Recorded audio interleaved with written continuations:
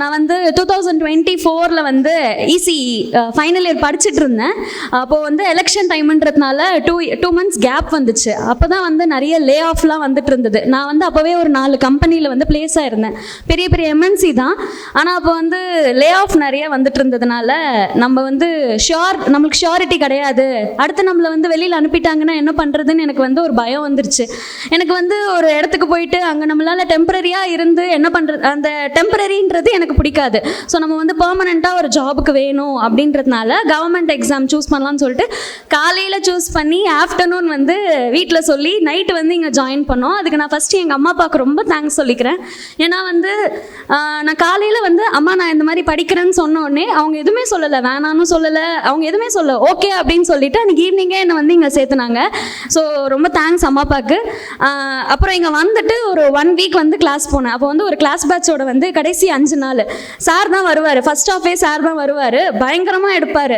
Sir எடுக்கிறத பார்த்துட்டு okay sir பயங்கரமாக எடுக்கிறாரு, நம்ம வந்து இந்த மாதிரி கோச்சிங்கில் இருந்தால் நம்ம வந்து நல்லா அச்சீவ் பண்ணிடுவோம்னு சொல்லிட்டு ஒரு நம்பிக்கை வந்துச்சு. அதுக்கப்புறம் ஒரு 5 டேஸ்லேயே வந்து எனக்கு செமஸ்டர்னு சொல்லிட்டு வர சொல்லிட்டாங்க. ஸோ காலேஜ் போயிட்டு அதுக்கப்புறம் தான் வந்து ஜாயின் பண்ணேன். கிளாஸ் பேட்ச் ஒரு 45 டேஸ் போச்சு. இந்த பின்னாடி ஹாஸ்டல் தான். காலையில் வந்து குளிக்கிறதுக்கே ஒரு பெரிய பிரச்சனையாக இருக்கும். 3 மணிக்கு எந்திரிச்சு அடிச்சு பிடிச்சி குளிச்சுட்டு கிளாஸ்க்கு வந்தால் ஒரு 10 மணி வரைக்கும் கிளாஸ் போகும், நல்லா போகும். சார் வந்து பேசினாலே நிஜமாலே சொல்கிறேன், அங்கே தூக்கம் வரவங்களுக்குலாம் தூக்கமே வராது, ரொம்ப மோட்டிவேட்டிங்காக இருக்கும் சார் கிளாஸ் எடுத்தாலே. 10 மணி வரைக்கும் கிளாஸ் போகும். அதுக்கப்புறம் ஹாஸ்டல் போயிட்டு ஹோம் ஒர்க்கு அது இதுன்னு முடிப்போம். அப்புறம் ப்ரிலிம்ஸ் வந்தோம். நான் வந்து ஜாயின் பண்ண டைம் வந்து எக்ஸாம் டைம். அப்போ வந்து டேரெக்டாக எல்லா எக்ஸாமும் நான் அப்ளை பண்ணி எக்ஸாம் வர டைமுன்னும் போது ஆர்ஆர்பி, பிஓ, கிளர்க்கு அந்த மாதிரி எல்லாமே வந்துச்சு. நான் அப்போ தான் ப்ரிலிம்ஸ் ஜாயின் பண்ணேன். பட் ஜாயின் பண்ண உடனே எனக்கு எல்லா ப்ரிலிம்ஸுமே லைனாக கிளியர் ஆச்சு. ப்ரிலிம்ஸ் முடிச்சுட்டு மெயின்ஸ் ஜாயின் பண்ணி ஒரு 5 டேஸ்லேயே வந்து சார் கூப்பிட்டு இந்த மாதிரி கிளாஸ் எடுக்கணும் அப்படின்னு சொன்னார். எனக்கே என் மேலே நம்பிக்கை இல்லை, ஆனால் என் மேலே நம்பிக்கை வச்சு அவர் கூப்பிட்டாரு. ஸோ நான் எடுத்து காமிக்கிறேன், உங்களுக்கு ஓகேனா நான் வந்து எடுக்கிறேன் அப்படின்னு சொன்னேன். ஒரு 15 டேஸ் வந்து ப்ரிலிம்ஸ் கிளாஸ் எடுத்தேன். அதுக்கப்புறம் வந்து எல்லாருமே சொல்லுவாங்கல்ல சூப்பர் பேட்ச்னு, எல்லாருக்குமே வந்து எக்ஸாம் எழுதி அந்த கிளாஸ் போகிறதுக்கு ஒரு ஆப்பர்ச்சுனிட்டி வந்துச்சு. எனக்கு வந்து டேரெக்டாகவே வந்து நீ போய் கிளாஸ் எடுன்னு சொல்லிட்டு என் மேலே நம்பிக்கை வச்சு சார் வந்து அந்த கிளாஸ் கொடுத்தாரு. ஒன் ஆஃப் த லக்கியஸ்ட் கிளாஸ்ன்னு சொல்லுவேன். அந்த கிளாஸில் வந்து எத்தனை பேர் இருந்தாங்கன்னு தெரில, ஆனால் வந்து 90% வந்து அந்த கிளாஸை வந்து students last year exam face வந்து கிளியர் பண்ணிட்டு போயிட்டாங்க. அதே மாதிரி எனக்கு முன்னாடி அங்கே இருந்த ஸ்டாஃப் இங்கிலீஷ், ரீசனிங், குவான்ஸ் எல்லாருமே கிளியர் பண்ணிட்டு போனாங்க. ஒரு லக்கியான கிளாஸ்ன்னு சொல்லுவோம் அந்த சூப்பர் பேட்ச். ஸோ அடுத்து வந்து நாங்கள் வந்து புது பேட்சாக போகிறோம், ஸ்டூடெண்ட்ஸும் சரி ஸ்டாஃபும் சரி புதுசாக போகிறோம். அப்போ எங்களுக்கு இருந்த நம்பிக்கை வந்து என்னென்னா, நமக்கு முன்னாடி இருந்தவங்கெல்லாம் போனாங்க, அப்போ நம்மளும் வந்து இந்த வருஷமே போயிடணும்னு சொல்லிட்டு ஒரு ஹோப்போடு தான் போனோம். ஸோ அதுக்கடுத்து வர எல்லா எக்ஸாமே லைனாக ப்ரிலிம்ஸ் கிளியர் ஆச்சு. மெயின்ஸில் பார்த்தோன்னா பேனலில் உட்காரும் போது பார்த்தா நம்ம சூப்பர் பேட்ச் எல்லாருமே அங்கே இருப்பாங்க. அப்போ நமக்கு வந்து ஹாப்பியாக இருக்கும், ஓகே நம்மளும் இருக்கோம், நம்ம கூட கிளாஸில் படித்தவங்களும் இருக்காங்க அப்படின்னு சொல்லிட்டு ரொம்ப ஹாப்பியாக இருந்துச்சு. அந்த ஃபஸ்ட்டு தேங்க்ஸ் சொல்லணும்னா சாரு. ஸோ எனக்கு கிளாஸ் எடுக்கிறதுக்கு இன்னொரு மோட்டிவேஷன் என்னென்னா, அந்த கிளாஸில் இருந்த ஸ்டூடெண்ட்ஸு ஒரு சிலருக்கு தூக்கம் வரும், ஆனால் ஒரு சிலர் ஃபஸ்ட் பெஞ்ச்லேயே உட்காந்துட்டு என்ன தான் எடுக்கிறாலோ தெரில, ஆனால் வந்து ஏதோ எடுக்கிறான்னு சொல்லிட்டு அப்படியே மேலே பார்த்துட்டு இருப்பாங்க. அவங்களுக்கு புரியுதோ இல்லையா, ஆனால் அவங்க என்னை பார்க்குறாங்கன்ற நம்பிக்கையில் நான் கிளாஸ் எடுத்துகிட்டு இருப்பேன். ஸோ அவங்களுக்கு ஒரு தேங்க்ஸு. வேறு என்ன பேசுறதுன்னு எனக்கு தெரியல.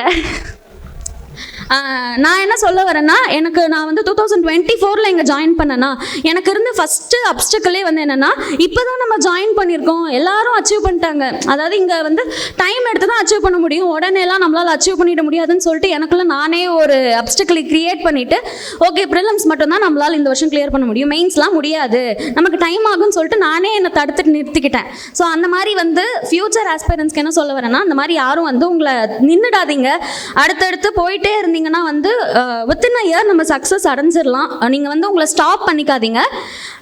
அடுத்தடுத்து நெக்ஸ்ட்டு பேட்ச் வந்து நான் எக்ஸாம் எழுதினேன். ஃபஸ்ட்டு எல்பிஓ எனக்கு கிளியர் ஆச்சு. ஃபஸ்ட்டு எழுதின மெயின்ஸே அதுதான், இந்தியன் ஓவர்சீஸ் பேங்க் எல்பிஓ கிளியர் ஆச்சு. அதெல்லாம் ரொம்ப பயங்கரமான எக்ஸ்பீரியன்ஸு. சென்னையிலேருந்து இன்டர்வியூ முடிச்சுட்டு நாங்கள் ரிட்டன் வரோம். ஜென்ரல் கோச் தான், ஒரு சீட்டில் 7 பேர் உட்காந்துட்டு வரோம். ரொம்ப முடியல, ஏன்னா கிறிஸ்மஸ் எல்லாருமே சொல்லியிருப்பாங்க, கிறிஸ்மஸ் அன்னைக்கு இன்டர்வியூ இருந்துச்சு. அப்போல்லாம் வந்து ரொம்ப வருத்தமாக இருக்கும், எப்படா இதுலேருந்து நம்ம வெளியில் வருவோம், நம்ம லைஃபை எப்படி போயிடுமா அப்படின்னு சொல்லிட்டுலாம் ரொம்ப கஷ்டமாக இருக்கும். அன்றைக்கி நைட்டே வந்து இந்தியன் ஓவர்சீஸ் பேங்க்கோடைய ரிசல்ட் வந்துச்சு, ரொம்ப சந்தோஷமாக இருந்துச்சு. அதுக்கடுத்து ஐபிபிஎஸ் பிஓ இன்டர்வியூ வந்து 3 டேஸில் இருந்துச்சு. சரி ஓகே நமக்கு இதே ஓகேமா, பட் நம்ம வந்து நெக்ஸ்ட்டும் அச்சீவ் பண்ணணும்னு சொல்லிட்டு அந்த இன்டர்வியூ அட்டன் பண்ணேன், அதுவும் கிளியர் ஆகிடுச்சு. அடுத்து ஆர்ஆர்பி பிஓ மெயின்ஸும் கிளியர் ஆச்சு. பட் வந்து நமக்கு இருக்கிறது போதும், இன்னும் எதுவும் அட்டன் பண்ண வேணாம்னு சொல்லிட்டு நான் அந்த இன்டர்வியூ வந்து அட்டன் பண்ணலை. நான் என்ன சொல்ல வரேன்னா வந்து நம்ம வந்து ஒரே இடத்துல நின்றுடாமல் இன்னும் ஓடிட்டே இருக்கணும்.